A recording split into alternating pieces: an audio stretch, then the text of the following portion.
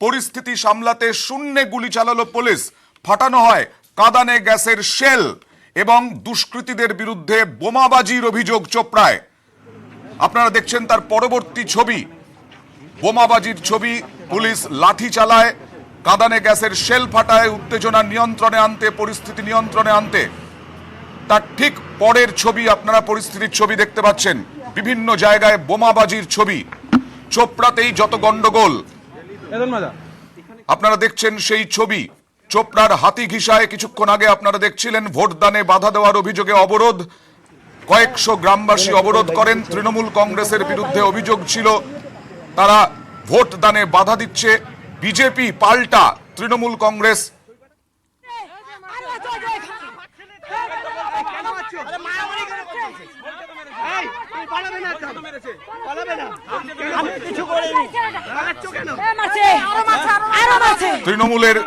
তৃণমূলের পাল্টা নামে পথে নামে তৃণমূল, এবং তাদের অভিযোগ বিজেপির ইন্ধনেই এই ঘটনাটা ঘটেছে। আপনারা দেখছেন শূন্যে গুলি চালিয়েছে পুলিশ, দুষ্কৃতীদের বোমাবাজি, দুষ্কৃতীদের দিক থেকেও গুলি এসেছে বলে অভিযোগ।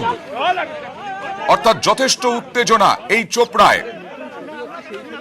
অবরোধ তুলতে পুলিশের লাঠি, পুলিশ কাঁদানে গ্যাসের শেল ফাটায়।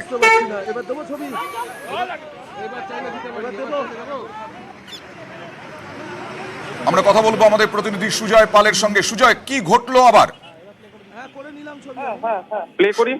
সুজয় শোনা যাচ্ছে? সুজয়, স্টুডিও থেকে অয়ন বলছি। হ্যাঁ অয়নদা। সুজয়, কি ঘটলো? অয়নদা, 180 নম্বর বুথে ভোট দিতে না পারার জেরে যে গ্রামবাসীরা বিক্ষোভ এবং তার জেরে যে প্রায় 1 ঘন্টা অগ্নিগর্ভ পরিস্থিতি হয়েছে প্রায়, সেই ঘটনায় যখন কিছুটা। সুজয়, তোমার ফোনে কিছু গন্ডগোল হচ্ছে। সুজয়, এবার শোনা যাচ্ছে? সুজয় বলো। হ্যাঁ অয়নদা, হ্যাঁ অয়নদা, প্লিজ। অয়নদা শুনতে পাচ্ছ? একদম শুনতে পাচ্ছি। অয়নদা, তো কিছু সময় আগে আমরা যে ছবি দেখিয়েছিলাম চোপড়ায় ভোট দিতে না পারার যে গ্রামবাসীদের বিক্ষোভ, অবরোধ, লাঠিচার্জ, তারপরে যখন আরো বিশাল সংখ্যক পুলিশ এসে পরিস্থিতি কিছুটা শান্ত করার চেষ্টা করে, সেখান থেকে যখন যারা গ্রামবাসীরা ছিলেন তারা অন্যত্র সরে যায়, সরে যাওয়ার পরে আবার এই চোপড়া বাস স্ট্যান্ড সংলগ্ন যে দোকানদার এবং সেখানকার যে বাসিন্দারা, সেখানে নতুন করে তারা বিক্ষোভ রাস্তা অবরোধ করে এবং সেই রাস্তা অবরোধ করলে রুট মার্চ করতে থাকা পুলিশ এবং র্যাফের বাহিনী সেখানে এসে কাঁদানে গ্যাস ছুড়ে কিন্তু গ্রামবাসীদের ছত্রভঙ্গ করার চেষ্টা করে এবং যে গ্রামবাসীরা পুলিশের উপর ইট পাটকেল ছুড়েছিল সেই গ্রামবাসীদেরকে পুলিশ গ্রামের ভেতরে গিয়ে সেখান থেকে তাদেরকে আটক করে এবং এখানে প্রায় 2টি কাঁদানে গ্যাসের শেল ফাটানো হয়েছে বলে কিন্তু আমাদের ক্যামেরায় ধরা পড়েছে। 2টি কাঁদানে গ্যাসের শেল ফাটানো হয়েছে পুলিশের পক্ষ থেকে এবং এক রাউন্ড গুলিও পুলিশ এবং তার দুষ্কৃতীদের দিক থেকে বোমা ছোড়া হয়েছে এরকমটা অভিযোগ। সুজয়, আমি বুঝতে পারছি তুমি খুব ব্যস্ততার মধ্যে আছো এবং বিভিন্ন ছবি তোমার সামনে ধরা পড়ছে। আমি একটা তথ্য নিতে চাইবো আরেকবার। বোমাবাজির অভিযোগ রয়েছে দুষ্কৃতীদের বিরুদ্ধে।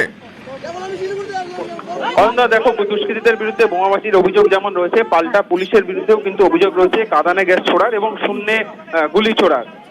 সেই থেকেই কিন্তু পরিস্থিতি আবার নতুন করে উত্তপ্ত হয় এবং যে ছবি তোমায় দেখাচ্ছি যে বিশাল সংখ্যক পুলিশ বাহিনী, র্যাব, স্থানীয় চোপড়া থানার পুলিশ, তারা কিন্তু জাতীয় সড়কে আসেন এবং জাতীয় সড়কে এসে যারা অবরোধ করছিলেন এবং যারা পুলিশকে লক্ষ্য করে ইট পাটকেল ছুটছিলেন তাদেরকে কিন্তু সেখান থেকে ছত্রভঙ্গ করে এবং যেহেতু তারা বেশ ক্ষিপ্ত ছিলেন সেই অবস্থায় তাদেরকে ছত্রভঙ্গ করতে শূন্যে কাঁদানে গ্যাস ছুটতে হয়। পুলিশ 2 রাউন্ড কাঁদানে গ্যাস ছোড়ে এবং 1 রাউন্ড শূন্যে গুলি ছোড়া হয় বলে অভিযোগ এবং তারপরে যারা বিক্ষোভ দেখাচ্ছিলেন, যারা অবরোধ করছিলেন এবং যারা পুলিশের উপর লাঠিচার্জ, পুলিশকে ইটপাটকেল ছুটছিলেন বলে অভিযোগ, তাদেরকে কিন্তু তাড়া করে সেখান থেকে আটক করে নিয়ে আসা এবং প্রায় 2 থেকে 3 জন গ্রামবাসীকে এই মুহূর্তে আটক করে নিয়ে গেছে চোপড়া থানার পুলিশ।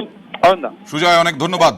আপাতত ধন্যবাদ। আমরা পরিস্থিতির দিকে নজর রাখবো অবশ্যই তোমার মাধ্যমে। চোপড়ায় যত কাণ্ড চোপড়ায়, আমি রাজনৈতিক বিশ্লেষক অধ্যাপক বিমল শঙ্কর নন্দর কাছে যাব। কেন বলুন তো যত কাণ্ড চোপড়ায়? কোনো রাজনৈতিক বিষয়? কারণ চোপড়া ডিসাইসিভ জায়গায় থাকে অনেক সময়, আমরা দেখেছি লোকসভায়। না দেখুন, চোপড়াতে গোলমালের ইতিহাসের আগে হয়েছে, ভোটে চোপড়াতে প্রচুর গোলমাল। গতকাল থেকে আমরা দেখছিলাম থমথমে পরিবেশ, একদম থমথমে পরিবেশ। ওখানে গোলমাল হয়। নির্বাচন কমিশন কেন সেখানে পুরোপুরি একবারে নিশ্চিদ্র নিরাপত্তা নিল না আমি সত্যিই জানি না।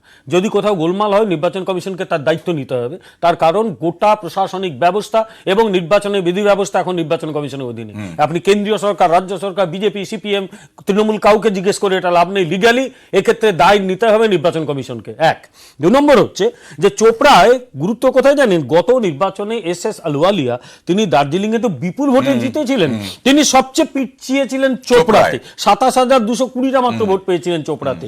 অন্যদিকে বাইচুং ভুটিয়া ভোট পেয়েছিলেন বেশ ভালো, 49,985, আর সিপিআইএম এর সমন পাঠক ভোট পেয়েছিলেন 48,213, অর্থাৎ সিপিএম এবং তৃণমূল প্রায় গায়ে গায়ে আছে চোপড়াতে। ফলে সেখানে এমনিতে বিজেপির শক্তিটা গত 2014 লোকসভা নির্বাচন অবধি কমই ছিল, খুব বেশি শক্তি ছিল অন্তত ভোটের নিরিখে বলা যাবে না। তারপরে 2016 যে বিধানসভা নির্বাচন হলো, হামিদুর রহমান, একদম সেই চোপড়াই বলছি, যত কাণ্ড চোপড়াতে তো 74,390 হামিদুর রহমান ভোট পেয়েছিলেন। আকরামুল হক সিপিআইএম 57,530, অর্থাৎ সিপিএম এর ভোটটা আরো একটু বেড়েছিল। সাজেন রাম সিংহ বিজেপির ভোটটা কমে গিয়েছিল 15,815, আরো একটু কমেছিল। আর অশোক রায় ইন্ডিপেন্ডেন্ট কংগ্রেস সাপোর্ট করেছিল 15,618। এই হচ্ছে চোপড়ার ভোটের ইতিবৃত্ত।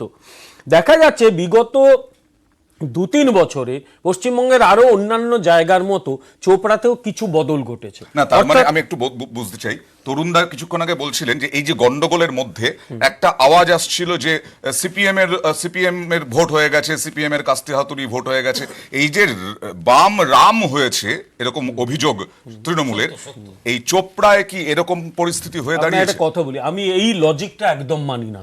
ভোটার কারো কেনা নয়, সে বাম, সে রাম, সে লক্ষণ, এরকম হয় নাকি? Voter is voter. তাদের মধ্যে কিছু মানুষ তারা দলের কট্টর সমর্থক থাকে, তারা দলের মেম্বার হয়, সমর্থক হয়, হাজার চেষ্টা করলেও আপনি তাকে দল থেকে সরাতে পারবেন না। বিজেপি এখানে যত দূর দিন আসুক না কেন, বিজেপি 6% ভোট পেত, তারা হাজার চেষ্টা করলে মেরে ফেললেও তারা বিজেপি ছাড়বে না। কিন্তু পরবর্তীকালে যারা এসেছে তারা বিজেপির মনে হয়েছে যে বিজেপিকে ভোট দিলে আমার লাভ হবে। যারা তৃণমূল কংগ্রেস এখানে যখন ক্ষমতায় আসছে তখন কত ভোট পেত, তারপর কারা ভোট দেয়। সুতরাং ভোটারদের একটা নিজস্ব ভাবনা আছে, লজিক আছে, র্যাশনালিটি রয়েছে, সেই অনুযায়ী তারা নির্বাচনে তার ভোটাধিকার প্রয়োগ করে। তারা সিপিএম, তারা তৃণমূল, তারা বিজেপি, তারা কংগ্রেস, তারা কারো কেনার নয়, পকেটের জিনিস নয়। ফলে যেটা হচ্ছে, এই যে পশ্চিমবঙ্গের রাজনৈতিক বদলটা গত কয়েক বছর ঘটে গেছে, সিপিএম এর একটা বড় অংশ কিন্তু যারা সিপিএম কে ভোট দিত তারা আস্তে আস্তে অন্যদিকে চলে গেছে। কিছু ডেফিনেটলি তৃণমূলকে ভোট দিচ্ছে, সবাই তো আর বিজেপিতে আসেনি, কিছু লোক বিজেপির দিকে এসেছে। আপনি, আমার কথা নয়, আপনি 2016 পরে যে কটা উপনির্বাচন হয়েছে দেখুন, কাঁথির মতো জায়গায় যেখানে বিজেপি কোনো কালে 2-3% বেশি ভোট পায়নি, সেই কাঁথিতেই গতবারে প্রধান বিরোধী দল বিজেপি হয়েছিল। ফলে এই যে ভোটটা বৃদ্ধি হচ্ছে, ফলে যত ভোট বৃদ্ধি হবে বিজেপির, ততই কিন্তু টেনশন তৈরি হবে শাসক দলের মধ্যে। ফলে শাসক দল তার মানে কি আপনি বলতে চান এই যে ধরনের যে জায়গায় গন্ডগোল হচ্ছে সেখানে বিজেপি স্ট্রং রয়েছে, সেই কারণে এটা একটা কারণ হতে পারে, এটা একমাত্র কারণ নয়, এটা একটা কারণ হতে পারে। অর্থাৎ ভোটের বা জনগণের যে রাজনৈতিক ভাবনাটা বদল ঘটছে, ফলে শাসক দল পশ্চিমবঙ্গে সর্বত্রই দেখা যাচ্ছে গত 40 বছর ধরে শাসক দল একটা ডমিনেন্ট জায়গায় থাকে। তারা কিছুতেই মেনে নিতে পারে না যে আমার জায়গা, আমার থেকে লোক চলে যাচ্ছে, তখনই তারা কিন্তু ভীষণ অ্যাক্টিভ হয়ে ওঠে, কোড আনকোড অ্যাক্টিভ। সেই অ্যাকশনের ফলটা আমরা দেখতে পাচ্ছি এখন। আমি পঙ্কজ দা আপনার কাছে জানতে চাইবো, কেন্দ্রীয় বাহিনী আর রাজ্য পুলিশ এই নিয়ে তরজা চলছে, কেন্দ্রীয় বাহিনী আনতেই হবে, রাজ্য পুলিশ দিয়ে ভোট হবে না।